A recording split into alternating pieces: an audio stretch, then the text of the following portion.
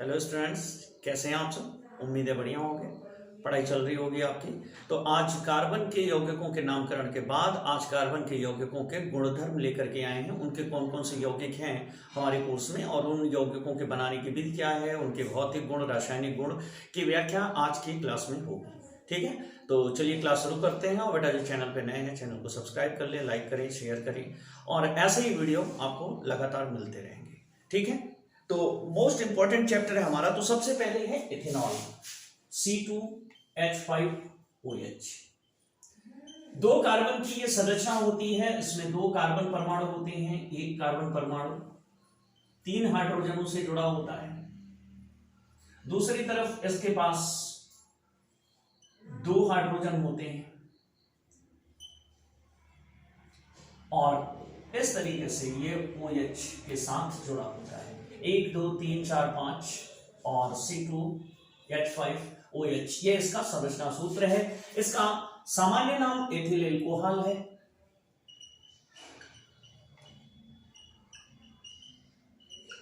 और आयुर्वेशी नाम इसका इथेनॉल है।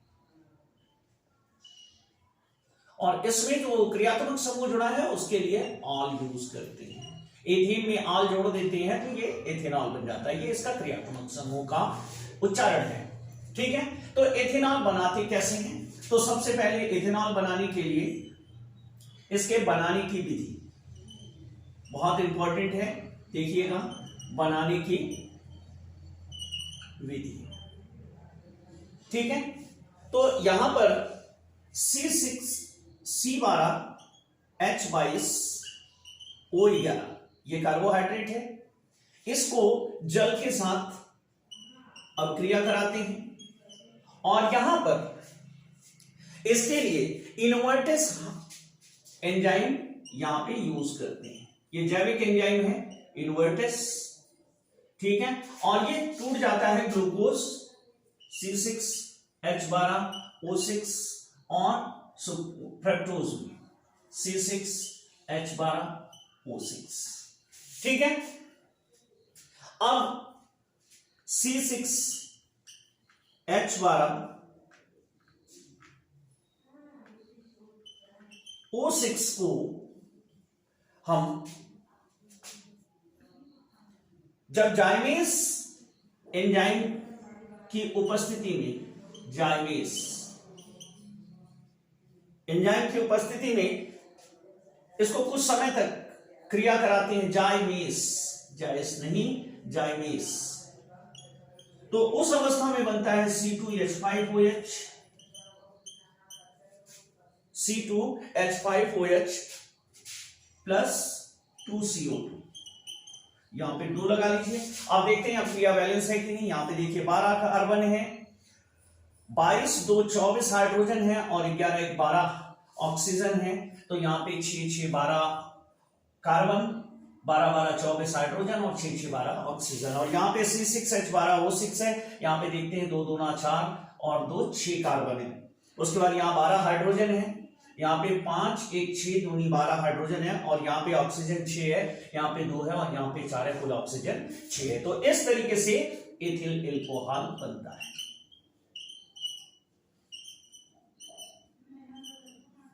ठीक है, तो ये एथिल एल्कोहल है, ये इसके बनाने की विधि है। अगर परीक्षा में आपसे पूछी जाती है कि एथिल एल्कोहल को कैसे बनाते हैं, हम एथिल एल्कोहल का निर्माण कैसे करते हैं, तो इस तरीके से आप बताएंगे कि C12H22O11 को जब जल के साथ अभिक्रिया कराई जाती है इनवर्टेस एंजाइम उत्प्रेरक की उपस्थिति में, तब बनता है ग्लूकोज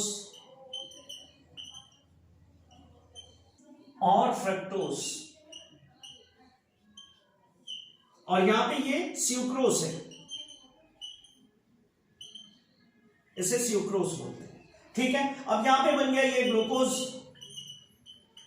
अब ग्लूकोज को जाइमेस एंजाइम की उपस्थिति में कुछ समय तक रखते हैं तो फिर इसमें आंतरिक क्रिया होती है। उस क्रिया के उपरांत कार्बन डाइऑक्साइड गैस निकल जाती है और एथिल एल्कोहल बन जाता है।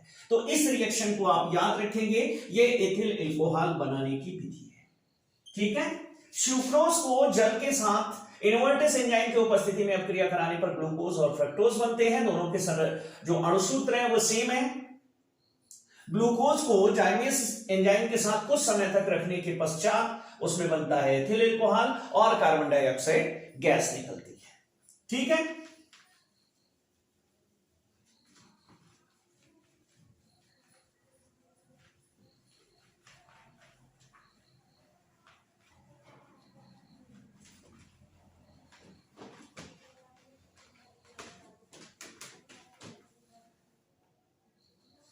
अब इनके बनाने की विधि हो गई हमारी। अब इनके उपयोग हैं, गुणधर्म हैं और भौतिक गुण और रासायनिक गुण हैं। ठीक है, तो इनके भौतिक गुण क्या क्या हैं?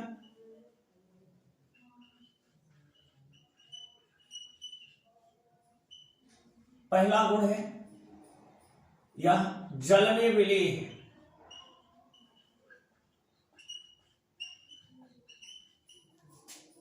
दूसरा, यह रंगहीन द्रव है, रंगहीन मीठी गंध वाला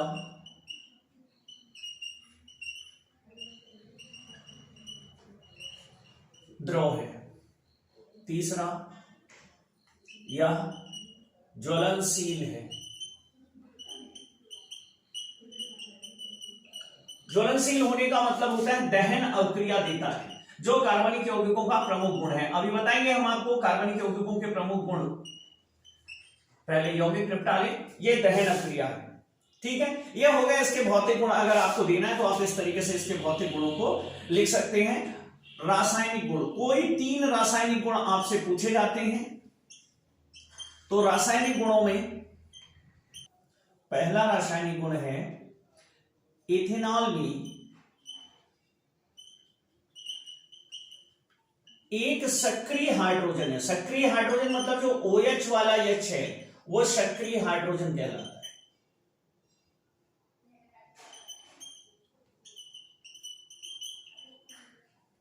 जो धातु सोडियम द्वारा विस्थापित होकर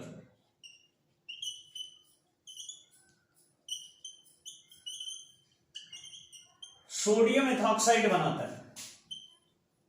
सोडियम एथॉक्साइड,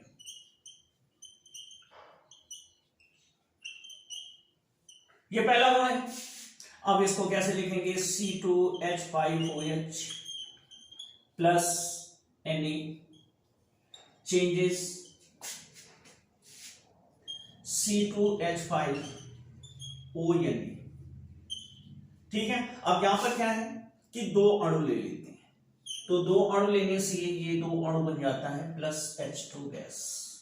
ठीक है, हाइड्रोजन गैस निकलती है इसमें से।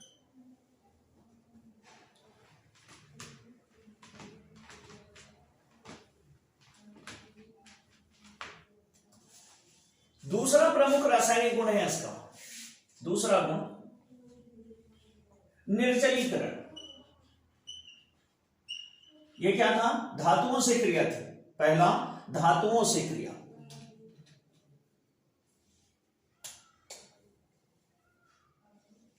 धातु से, और दूसरा क्या है? निर्जलीकरण।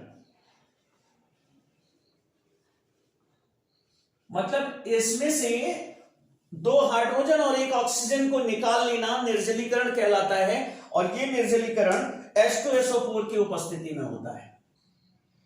H2SO4 की उपस्थिति में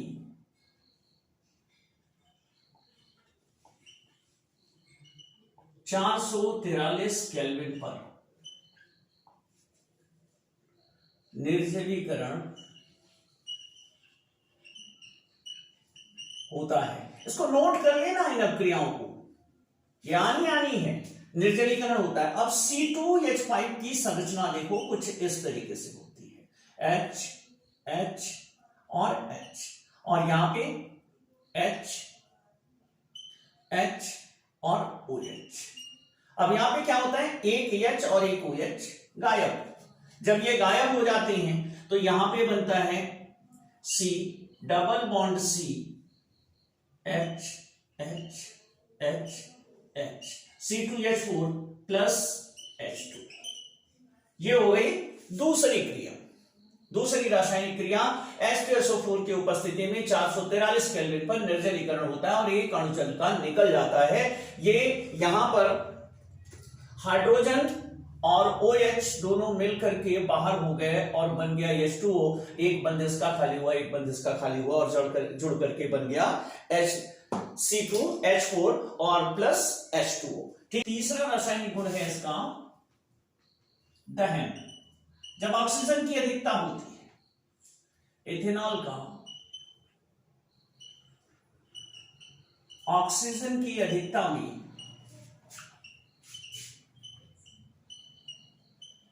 ढेर सारी ऑक्सीजन चाहिए, दहन करने पर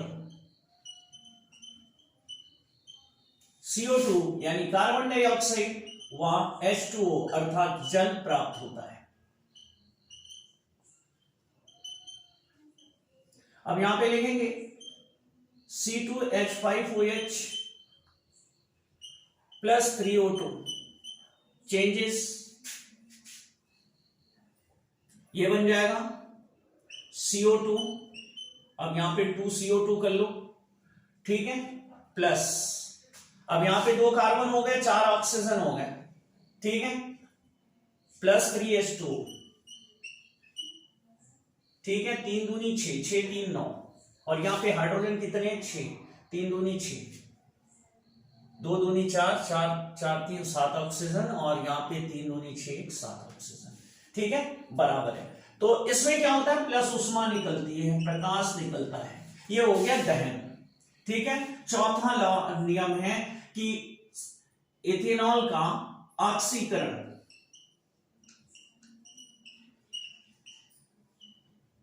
इथेनॉल का ऑक्सीकरण करने पर, कोई 3 पूछते हैं जो आपको सरल लगे, नोट कर लो। ऑक्सीकरण करने पर एसिटिक अम्ल बनता है। अभी यौगिक आएगा एसिटिक अम्ल, तो उसके निर्माण की यही विधि है, एसिटिक अम्ल बनता है। देखो एक से एक ऐसा गुण है जिसको याद करोगे तो दोनों याद हो जाएंगे। अब इथेनॉल C2H5OH और यहां पे plus O2 changes CH3COOH plus H2O। अब यहां पे देखो 2 कार्बन है और 2 कार्बन है, 6 हाइड्रोजन है, और यहां पे 3 1 4 2 6 हाइड्रोजन है, और यहां पे 3 ऑक्सीजन है और 3 ऑक्सीजन है, ठीक है। तो इथेनॉल से एसिटिक अम्ल प्राप्त होता है और जल प्राप्त होता है। तो ये आपके 4 महत्वपूर्ण गुण हैं, इन गुणों को नोट कर लीजिए, याद कर लीजिए, ठीक है। बहुत ही छोटा टॉपिक अब हो गया है, बहुत ही सूक्ष्म बना दिया है, फिर भी अगर आप तैयार नहीं कर पाएंगे तो बहुत गड़बड़ होगी। लगे रहो, डटे रहो, वीर तुम बढ़े चलो, धीर तुम बढ़े चलो, ठीक है। सुबह हो शाम हो, बस आप लगे रहो, क्योंकि बिना लगे तो कुछ होना नहीं है। अगला है हमारा इसका उपयोग। उपयोग कहां कहां करते हैं एसिटिक अम्ल का? तो उपयोग होता है दवा बनाने में,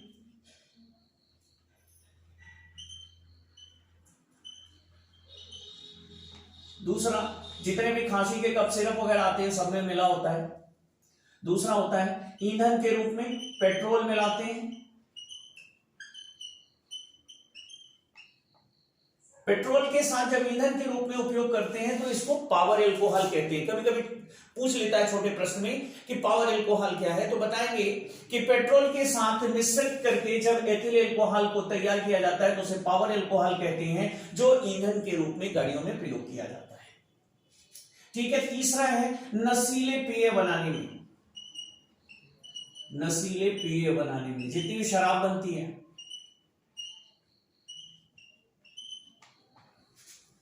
और इसको एक और नाम से जानते हैं, उसे कहते हैं मेथिलित spirit. मेथिलित spirit.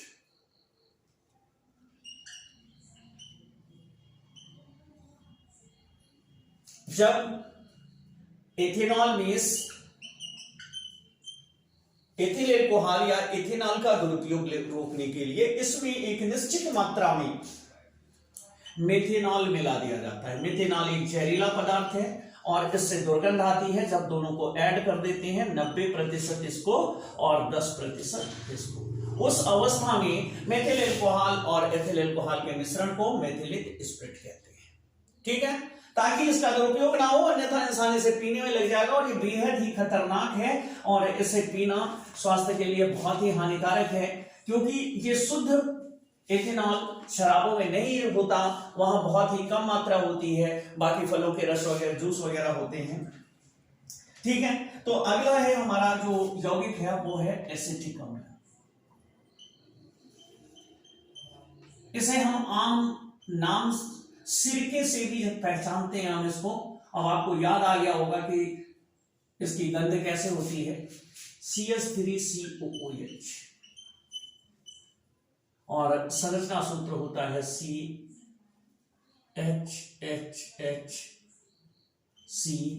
Double bond O single bond OH, और यहां भी H को अलग लिखा जाता है ऐसे। ठीक है, और यहां पर ये इसका जो क्रियात्मक समूह है इस एल्कीन के साथ वो है सिंगल बॉन्ड, ये यहां से सिंगल बॉन्ड COOH, और इसे कहते हैं ओइक अम्ल। इसका आयोडेशी नाम में जो जुड़ता है पीछे एल्कीन के साथ वो होता है ओइक अम्ल, और एल्कीन के साथ जुड़कर के बनता है एल्केनोइक अम्ल। उसी के आधार पर इसका नाम 2 कार्बन है तो इसे कहते हैं एथेनोइक अम्ल। तो एथेनोइक अम्ल प्रयोगशाला वाला नाम, एसिटिक अम्ल मार्केट में बिकने वाला नाम, सिरका घरों में खाने का नाम। ठीक है, जितने भी कार्बन के यौगिक हैं सभी के सभी जैविक पदार्थों में निर्मित होते हैं प्राकृतिक रूप से। हालांकि इनमें से बहुत सारे यौगिकों को लैब में भी बनाया जा सकता है, किंतु ये सभी जैविक पदार्थ हैं, माने जीवित कोशिकाओं में उत्पन्न होते हैं, जीवित पदार्थों के अंदर उत्पन्न होते हैं। पेड़ पौधे यहां पर इनका उत्पादन होता है, सामान्य अवस्था में ये नहीं पाए जाते कि धरती में खोदा और शराब की खदानें निकल आई जैसे तेल और पेट्रोल की खदानें होती हैं, तो ऐसे नहीं है, सभी जैविक पदार्थ है। ठीक है, अब इसके बनाने की विधि तो बेटा अभी अभी हमने पढ़ा था बनाने की विधि, तो यहां पे लिखते हैं C2H5OH का ऑक्सीकरण करके, अभी आपने लिखा था करके एसिटिक अम्ल प्राप्त करते हैं। कितना आसान है।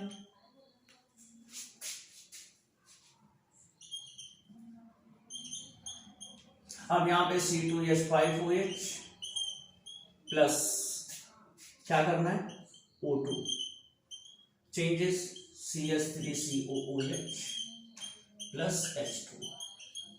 ठीक है, ये हो गया इथेनॉल, ये हो गया एसिटिक अम्ल या एथेनोइक अम्ल।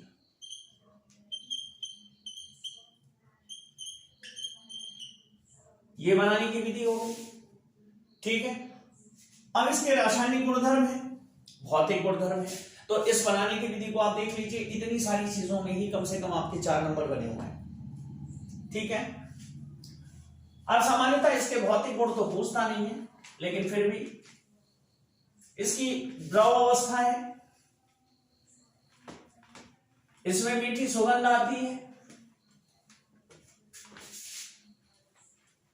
सिरके जैसी गंध होती है, इसकी सिरके जैसी गंध आती है, यह द्रव है, जल में विलेय है, ये सभी इनके भौतिक गुण हो गए। तो आइए देखते हैं रासायनिक गुण।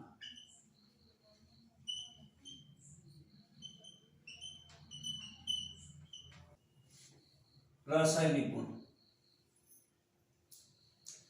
रासायनिक गुण देखो, ये अम्ल है, ये क्या है एथेनोइक अम्ल है, तो अम्ल है तो क्षार के साथ तो क्रिया देगा ना। तो पहली है, इसका पहला गुण है CH3COOH मानी एसिटिक अम्ल क्षारों के साथ लवण व जल देता है, मानी अम्ल वाली अभिक्रिया देगा ये।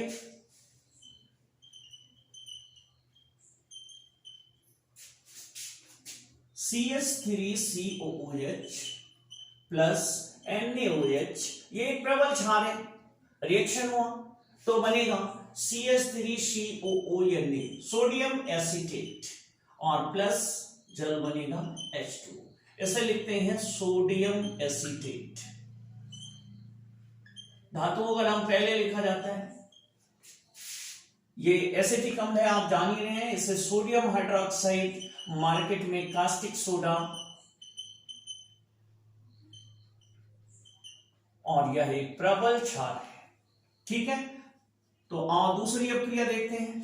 अब ये सोडियम कार्बोनेट के साथ धातु कार्बोनेटों के साथ क्रिया करके कार्बन डाइऑक्साइड गैस देगा, जल देगा। ठीक है, तो धातु कार्बोनेटों के साथ कराते हैं CH3COOH, यहां पे पहले लिख लें हिंदी में थोड़ा सा, धातु कार्बोनेटों के साथ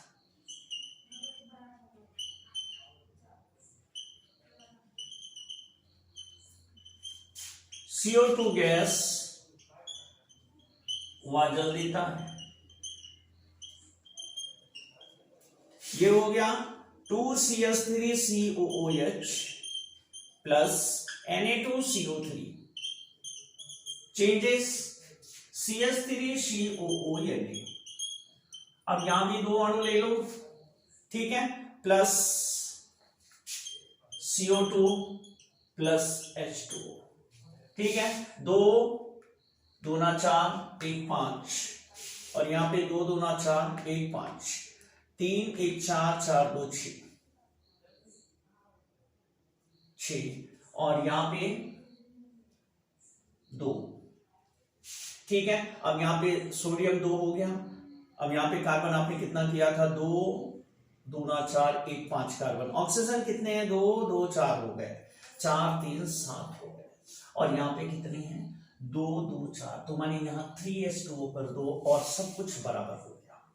ठीक है, तो इस तरीके से ये धातु कार्बोनेटों के साथ क्रिया करके अम्ल और लवण और जल देते हैं, साथ में कार्बन डाइऑक्साइड गैस निकालते हैं। ठीक है, एक और क्रिया होती है जब इस क्रियात्मक समूह का हाइड्रोजन विस्थापित हो जाता है और वहां पर कोई एल्केन जुड़ जाता है, एल्किल समूह आकर के जुड़ जाता है, उस अवस्था को कहते हैं एस्टरीकरण। तो इसका जो तीसरा गुण है वो तीसरा गुण है एस्टरीकरण।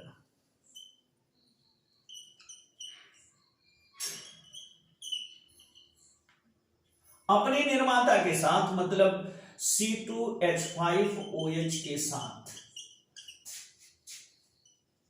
क्रिया करके एस्टर बनाता है।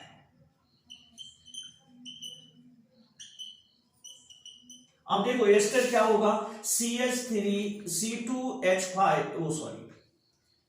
एल्किल समूह है, तो CH3COOH प्लस C2H5OH। तो देखो इसका OH इसका H निकला और इधर जाकर के बना दिया H2 प्लस बचा क्या, CH3COO C2H5। ठीक है, ये संरचना सूत्र बन गया सिंगल बॉन्ड COOR। और जाकर देखना और कमेंट में बताना इस क्रियात्मक समूह को क्या पढ़ते हैं। ठीक है, तो ये तीसरा है, जब एसिटिक अम्ल की एथेनॉल के साथ क्रिया कराई जाती है तो यहां पे CH3COO C2H5 एस्टर बनता है और H2O बनता है। ठीक है, तो ये हो गया इसके गुण। आइए इसका उपयोग लिखते हैं।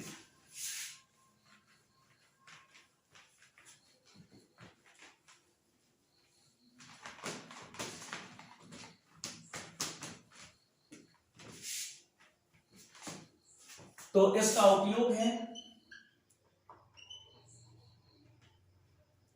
खाद्य परिरक्षण में,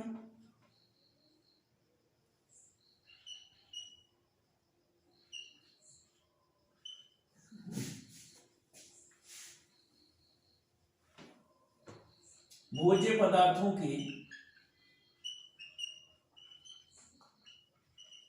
परिरक्षण में, अचार वगैरह खराब होने से बचाने के लिए उसमें डाले जाते हैं। दूसरा प्रयोगशाला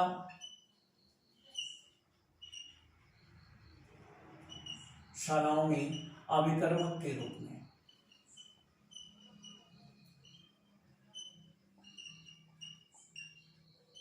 ठीक है, ये तो इसके उपयोग हैं। अब इस उपयोग के बाद आता है साबुनीकरण।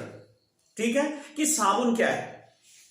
अब साबुन एक ऐसा कार्बनिक पदार्थ है जो जल के साथ झाग देता है। ठीक है, और वह झाग मिसेल बनाता है और मिसेल अपने साथ मैल को ले जाता है। तो ये घटना किस प्रकार घटित होती है, चलिए इसको भी देख लेते हैं। तो साबुन बनाने के लिए साबुन बनाने के लिए हम वसा अम्लों का प्रयोग करते हैं। C15H35 COOH। ठीक है, C17H35 COOH। ये 35 नहीं 31 है। ठीक है, ये सभी क्या है, वसा अम्ल।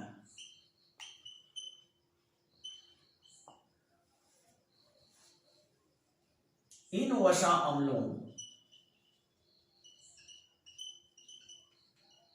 की क्रिया क्षार धातुओं से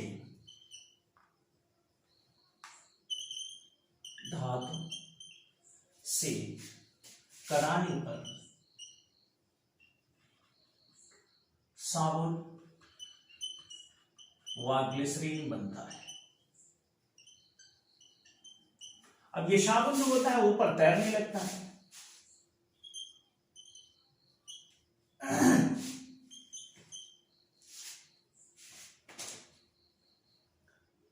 CH2O CO C17H35 CHO CO C17H35 CH2O CO C17H35 plus 3NaOH changes CH2OH CHOH CH2OH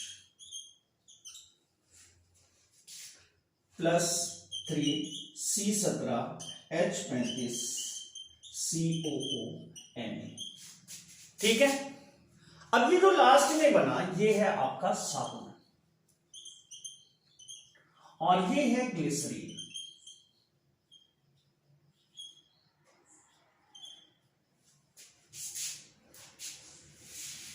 तो इस तरीके से वसा अम्लों का उपयोग करके हम इसे प्राप्त करते हैं। ठीक है, तो इन्हें सोडियम स्टीरेट कहा जाता है। जो बनता है साबुन, इसका नाम है सोडियम स्टीरेट। Sodium stearate. ठीक है, अब यहां पर दो भाग इसके बन जाते हैं, जैसे 3 अणु बना C17H35 COONA। ठीक है,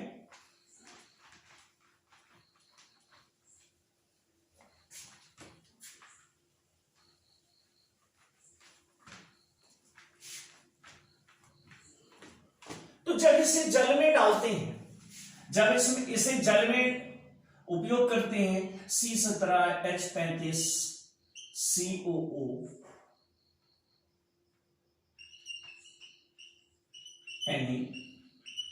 तो इसमें देखो दो पार्ट हैं C17H35 COO minus plus Na। अब चूंकि ये लवण है तो अब लवण होने की वजह से ये दो भागों में बंट जाएगा। ठीक है, इसमें ये जो पार्ट है, ये वाला हिस्सा जो है वो जल विरागी होता है। जल विरागी मतलब एक तो ये अध्रुवीय यौगिक है, अध्रुवीय यौगिक होने के कारण जल विरागी होता है। जल विरागी का मतलब जो जल से दूर भागता है। ठीक है, और इसका जो ये वाला हिस्सा होता है जलरागी होता है, मतलब जो जल की ओर जाता है। ठीक है, ये जल C17H35 वाला हिस्सा, मान लो ये आपका अणु है इस तरीके से, यहां पे C17H35 है और इधर N है सोडियम। ठीक है, तो ये हिस्सा पानी से भागेगा और ये हिस्सा पानी में रहेगा। ठीक है, ये जलरागी है और दूसरा वाला हिस्सा जो है वो जल विरागी है। तो यहां पर जो ये हिस्सा है इसको हम R से डिफाइन कर सकते हैं और ये अणु की संरचना हो गई मान लो, और यहाँ पे सोडियम आयन है। ठीक है, ये अलग हो गया, सोडियम जब अलग हो गया तो यहां पर क्या होता है कि एक घटना घटित होती है। तो यहां पे हम बता सकते हैं कि अगर आपसे प्रश्न पूछता है कि मिसेल क्या है, मिसेल, ठीक है, तो हम कहेंगे कि C17H35COO का जो यहां पर मतलब एल्केन वाला जो भाग है, जो एल्केन वाला भाग है वो जल विरागी होता है और जल से दूर भागता है, और जो आयनिक हिस्सा है COO सिंगल माइनस का वो जलरागी होता है और जल के अंदर की ओर जाना चाहता है। ठीक है, तो यहां पर क्या होता है कि जब जो मैल का कण होता है अगर वो जल के बीच में है, संरचना बना के दिखाते हैं, तो जब साबुन को जल में घोला जाता है तो वह जल में जाने के पश्चात C17H35COO माइनस और Na प्लस में टूट जाता है। इस प्रकार उसका एल्केन वाला भाग, ठीक है, एल्केन वाला भाग जो है वो बाहर रहता है और जो COO वाला भाग है वो जल में उपस्थित होता है। अब मान लीजिए ये जल है और यहां पर गंदगी है, धूल मिट्टी के कण है, तो इसका ये वाला हिस्सा यहां पे इकट्ठा हो जाएगा, ये वाला इधर, ये वाला इधर। रुकिए इसका कलर चेंज करते हैं तो आपको पता चलेगा।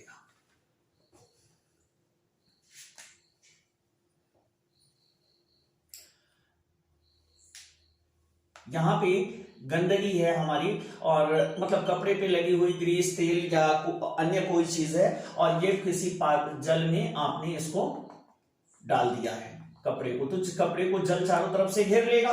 अब इसमें जब आप साबुन डालोगे तो साबुन का जल, जो जल से दूर वाला भाग है वो पानी में रहेगा, वो जो गंदगी से दूर वाला भाग है वो पानी में रहेगा, जो जल अनुरागी है। ठीक है, तो जलरागी कौन सा हिस्सा है, COO वाला हिस्सा, तो ये नेगेटिव है और सोडियम यहाँ पॉजिटिव के रूप में रहेगा, ये नेगेटिव है, सोडियम यहाँ पॉजिटिव के रूप में रहेगा, ये वाला हिस्सा है। और ये जो जल विरागी है एल्केन वाला हिस्सा वो इसके अंदर घुस जाएगा और अंदर घुसने के बाद वो चारों तरफ एक संरचना बनाएगा और ये संरचना मिसल कहलाएगी। और जब इस पे पानी डालोगे आप तो होगा क्या कि इसका ये वाला हिस्सा जो है वो पानी को छूना नहीं चाहता है और ये वाला पानी में रहना चाहता है, तो पानी की सतह पे आ जाएगा और इस पूरे सिस्टम को लेकर के बाहर चला जाएगा। तो यहां पर हम लिखेंगे कि साबुन के एल्केन वाला भाग जलविरागी होता है, वहां आयनिक भाग जलरागी होता है, जिससे आयनिक भाग जल में धंसे होते हैं तथा एल्केन का भाग उसमें उपस्थित गंदगी में प्रवेश कर जाता है और इस तरीके से साबुन के अनेक अणु उस गंदगी को चारों तरफ से घेर लेते हैं। इस संरचना को मिसेल कहते हैं। ठीक है, और इस तरीके से कपड़ों की सफाई हो जाती है।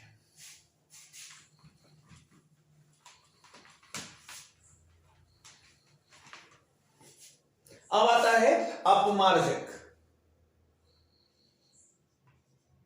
हाँ, साबुन के बारे में एक चीज और है कि साबुन जो है वो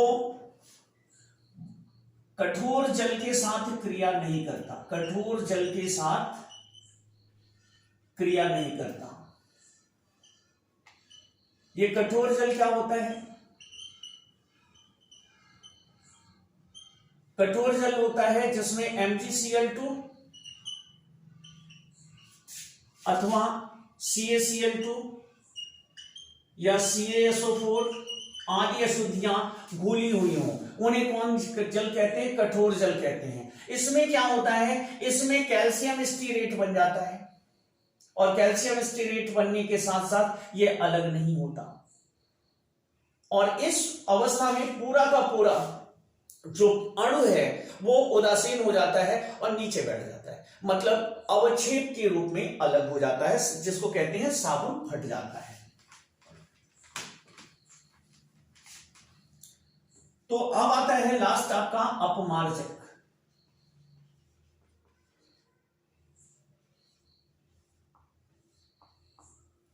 अपमार्जक भी साबुन की तरह ही एक कार्बनिक यौगिक है। ठीक है। अपमार्जक भी साबुन की तरह एक कार्बनिक यौगिक है और इन अपमार्जकों की सहायता से हम कपड़ों को साफ करते हैं।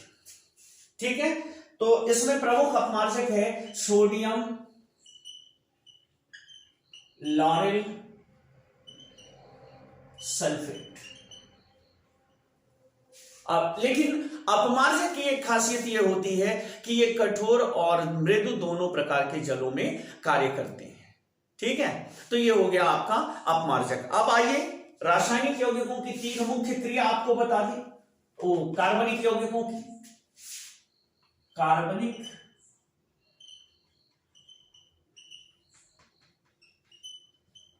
यौगिकों की क्रिया।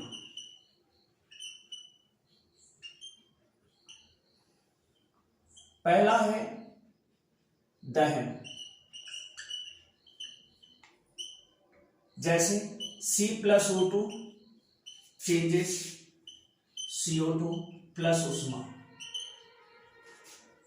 ठीक है, ये गर्मी छोड़ रही है। सेकंड है ऑक्सीकरण,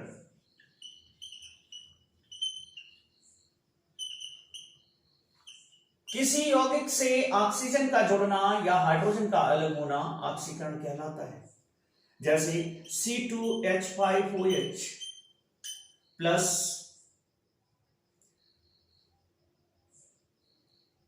O2 changes CH3COOH plus H2O। तीसरी क्रिया है निर्जलीकरण,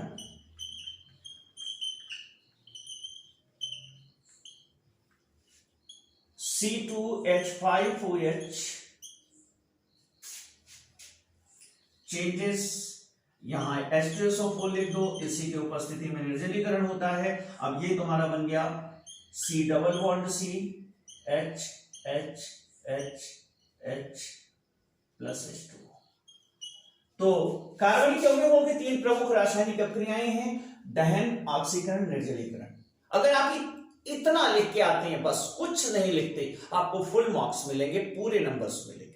ठीक है, तो ये आपका चैप्टर कंप्लीट हुआ। अब हमने कुछ बहुविकल्पी प्रश्न चुने आपके लिए इसी चैप्टर के, उन बहुविकल्पी प्रश्नों को हम सॉल्व करेंगे। ठीक है, तो पहला जो विकल्पी है हमारा, उसमें लिखा हुआ है कार्बन की संयोजकता होती है 4। ठीक है, दूसरा है प्रश्न हमारा, प्रयोगशाला में सर्वप्रथम बनाए जाने वाले यौगिक का नाम है। प्रयोगशाला में सर्वप्रथम बनाए जाने वाले यौगिक का नाम है, वो है यूरिया। तीसरा क्वेश्चन है हमारा, कार्बनिक यौगिकों का मुख्य स्रोत है। कार्बनिक यौगिकों का मुख्य स्रोत है, यहां पे विकल्प है हमारे पास कोलतार तथा पेट्रोलियम। कोलतार तथा पेट्रोलियम।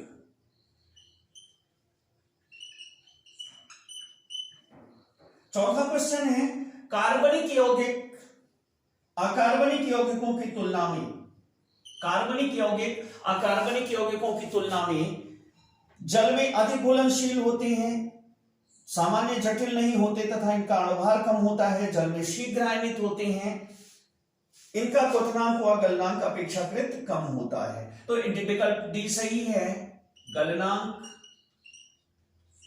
व क्वथनांक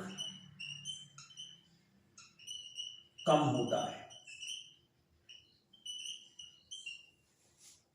इस टाइप के प्रश्न आ सकते हैं।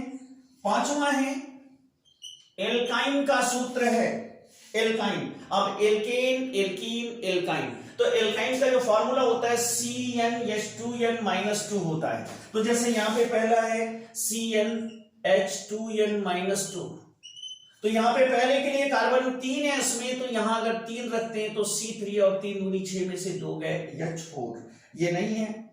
दूसरा C2 अगर यहां 2 रखते हैं तो 2 दूना 4, 4 में से 2 गए 2 C2H2, ये भी नहीं है। तीसरे में 6 कार्बन है, अगर यहां 6 रखते हैं तो C6, 6 दूनी 12, यहां 10 होना चाहिए, ये भी नहीं है। चौथा C3H4, यही है हमारा चौथा C3H4, डी सही है हमारा, C3H4। तो पांचवें क्वेश्चन का हमारा डी सही है। चलिए आगे देखते हैं। छठवां है एल्कीन श्रेणी का प्रथम सदस्य है, तो सी विकल्प सही है, एथिलीन, जिसमें 2 कार्बन होते हैं, एथिलीन, C2H4।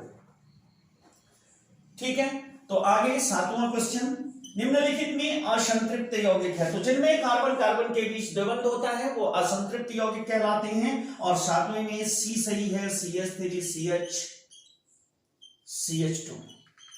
ठीक है, और आगे इसको थोड़ा क्लियर कर ले।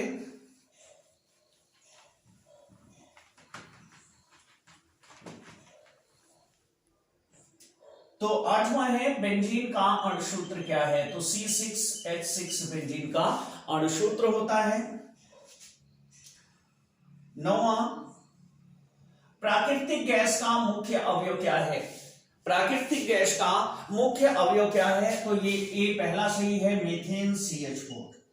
ठीक है, 10वां एल्कोहल का अनुलग्न क्या है, तो ऑन लगाते हैं OL, अर्थात सिंगल बॉन्ड OL, अर्थात यहां पे बी सही है हमारा। 10वें क्वेश्चन का हमारा बी वाला पार्ट सही है। ठीक है, 11वां है एसिटिक अम्ल में क्रियात्मक समूह है, तो एसिटिक अम्ल में क्रियात्मक समूह होता है COOH, सिंगल बॉन्ड, और इसका सी सही है।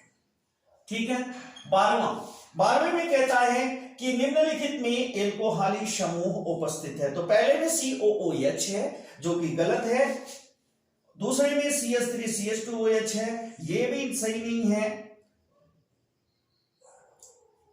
यही सही है, इसमें ही एल्कोहलिक समूह है, तो इसका बी सही है, CH3CH2OH। ठीक है, CH3CH2OH। आगे 13वां क्वेश्चन, निम्नलिखित में से कौन सा तत्व श्रृंखलन प्रदर्शित करता है, श्रृंखलन मतलब का एक परमाणु से दूसरे परमाणु के जुड़ने की प्रक्रिया, तो ये कार्बन से अच्छा कौन करता है, तो इसका विकल्प भी सही है, कार्बन। ठीक है, निम्नलिखित में सजातीय युग्म है 14 नंबर में, तो पहला है CH4 C2H4, बिल्कुल नहीं है, CH3OH CH3CHO, ये भी बिल्कुल नहीं है क्योंकि इनके क्रियात्मक समूह अलग हैं, CHCHO H single bond CHO कामा CH3 सिंगल बॉन्ड CHO। ठीक है, मेथिनल एथिनल, ये जो है सजातीय श्रेणी है। 15 नंबर है निम्नलिखित में एल्कीन का सूत्र है, तो भैया ऐसे आजमा लेते हैं, CnH2n के रूप में लिख लें, एल्कीन का फॉर्मूला यही होता है। अब इसमें जैसे पहले में 4 कार्बन दिया है, अगर यहां 4 रखते हैं तो C4H10 होगा, जो कि बिल्कुल गलत है। दूसरे में रखते हैं C4H6, ये भी गलत है, C4H8, ये भी गलत है, C4H8, यहां पे 4 रखोगे तो 4 दूना 8। ठीक है, C4H8 माने C सही है इसका, C4H8। 16 नंबर CNG तथा LPG में कौन कौन सी गैसें होती हैं, मीथेन व ब्यूटेन, मीथेन विकल्प भी सही है, मीथेन व ब्यूटेन। अब आगे बढ़ते हैं, 17 नंबर क्वेश्चन, एल्डिहाइड का IUPAC नाम है, एल्डिहाइड का एसिटाल्डिहाइड, सॉरी 17 नंबर क्वेश्चन है, एसिटाल्डिहाइड का IUPAC नाम है, तो एसिटाल्डिहाइड का IUPAC नाम है एथेनल, यानी आप विकल्प आपका बी सही है। 18वां है एसीटोन का IUPAC नाम है, 18वां है एसीटोन का IUPAC नाम है, तो एसीटोन का नाम है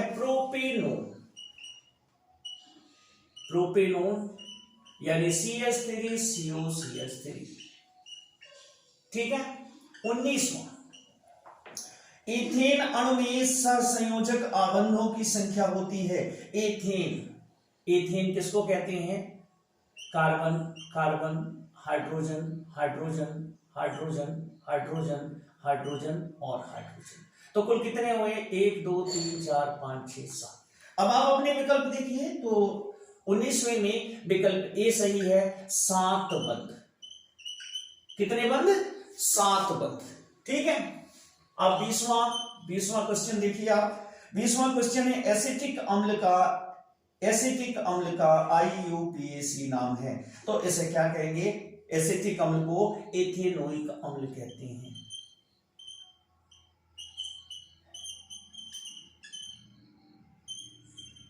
बीसवां एथेनोइक अम्ल कहते हैं, यानी विकल्प बी हमारा सही है। तो आइए फटाफट आगे बढ़ते हैं और इस चैप्टर के बहुविकल्पी क्वेश्चनों को आसानी से सॉल्व कर देते हैं।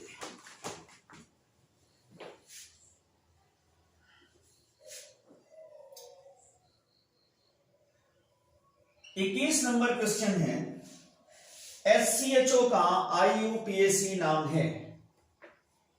SCHO का IUPAC नाम है। तो यहां पर विकल्प है हमारे पास फॉर्मेल्डिहाइड, मेथेनॉल, मेथिनल। तो इसका नाम है मेथिनल। एक कार्बन है मेथेन और यहां पर CHO है इसलिए अल, तो मेथिनल। ठीक है। 22 नंबर क्वेश्चन है एथिल एल्कोहल C2H5OH का IUPAC नाम है, तो इसका IUPAC नाम है एथिनॉल, यानी विकल्प सी सही है, एथिनॉल। और 23 नंबर क्वेश्चन है कार्बन का कौन सा अपर रूप विद्युत का सुचालक होता है? कार्बन का कौन सा अपर रूप विद्युत का सुचालक होता है? तो ग्रेफाइट।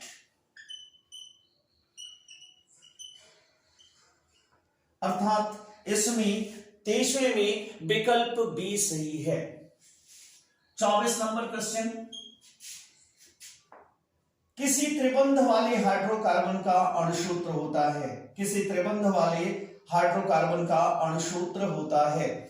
ठीक है। तो यहां पर 4 विकल्प दिए हुए हैं, तो चौथे विकल्प में CnH2n-2 है, यानी डी सही है, CnH2n-2। ठीक है। अभी सूत्र का प्रयोग किया गया था। 25 नंबर क्वेश्चन है किसी एक द्विबंध वाले हाइड्रोकार्बन का अणुसूत्र होता है, तो CnH2n विकल्प ए सही है। 26वां मृदु साबुन के लिए आवश्यक है, मृदु साबुन बनाने के लिए आवश्यक है, विकल्प है धामन soda, caustic potash, caustic soda, खाने का सोडा। ठीक है। तो यहां पर कास्टिक पोटास यूज करते हैं, कास्टिक पोटास।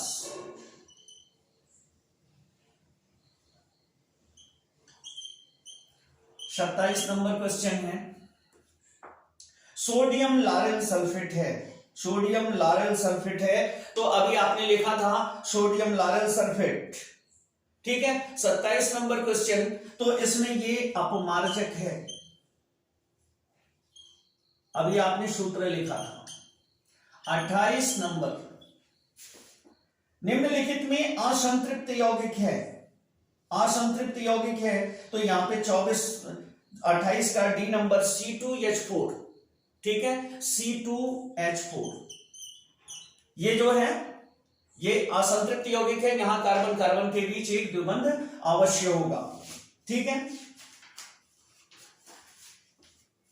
29 नंबर क्वेश्चन साबुन बनाने में प्रयोग किया जाने वाला पदार्थ है sodium hydroxide, sodium acetate, sodium chloride, sodium nitrate. तो आपने साबुन बनाने में देखा था कि NaOH खर्च हो रहा था, यानी सोडियम हाइड्रोक्साइड, जिसका अणुसूत्र है सोडियम NaOH, और इसी के साथ 30वां। ठीक है। तो 30वां क्वेश्चन है मार्स गैस का रासायनिक सूत्र है, तो मीथेन को कभी मार्स गैस कहा जाता था। 31 नंबर क्वेश्चन एल्कोहल के विहाइड्रोजनीकरण से यौगिक प्राप्त होता है। विहाइड्रोजनीकरण का मतलब होता है कि किसी भी तत्व से उसके हाइड्रोजन को निकालना विहाइड्रोजनीकरण कहलाता है। तो विहाइड्रोजनीकरण करने पर एल्डिहाइड बनता है, एल्डिहाइड। 32 नंबर क्वेश्चन है, एक एल्कोहल और अम्ल के साथ होने वाली क्रिया कहलाती है। तो यहां पर आपने देखा था कि एस्टरीकरण होता है, एस्टरीकरण, डी सही है। अभी आपने रिएक्शन देखा था, इसको एस्टरीकरण कहते हैं, जब कब एक अम्ल, यानी वहां पे आपने कराया था एसिटिक अम्ल और एक एल्कोहल माने एथेनॉल, दूसरे एल्कोहल के साथ भी करा सकते हैं। 33 नंबर क्वेश्चन है, सिरके में कौन सा यौगिक उपस्थित होता है? तो इसमें सी आप जान रहे हैं, एसिटिक अम्ल होगा।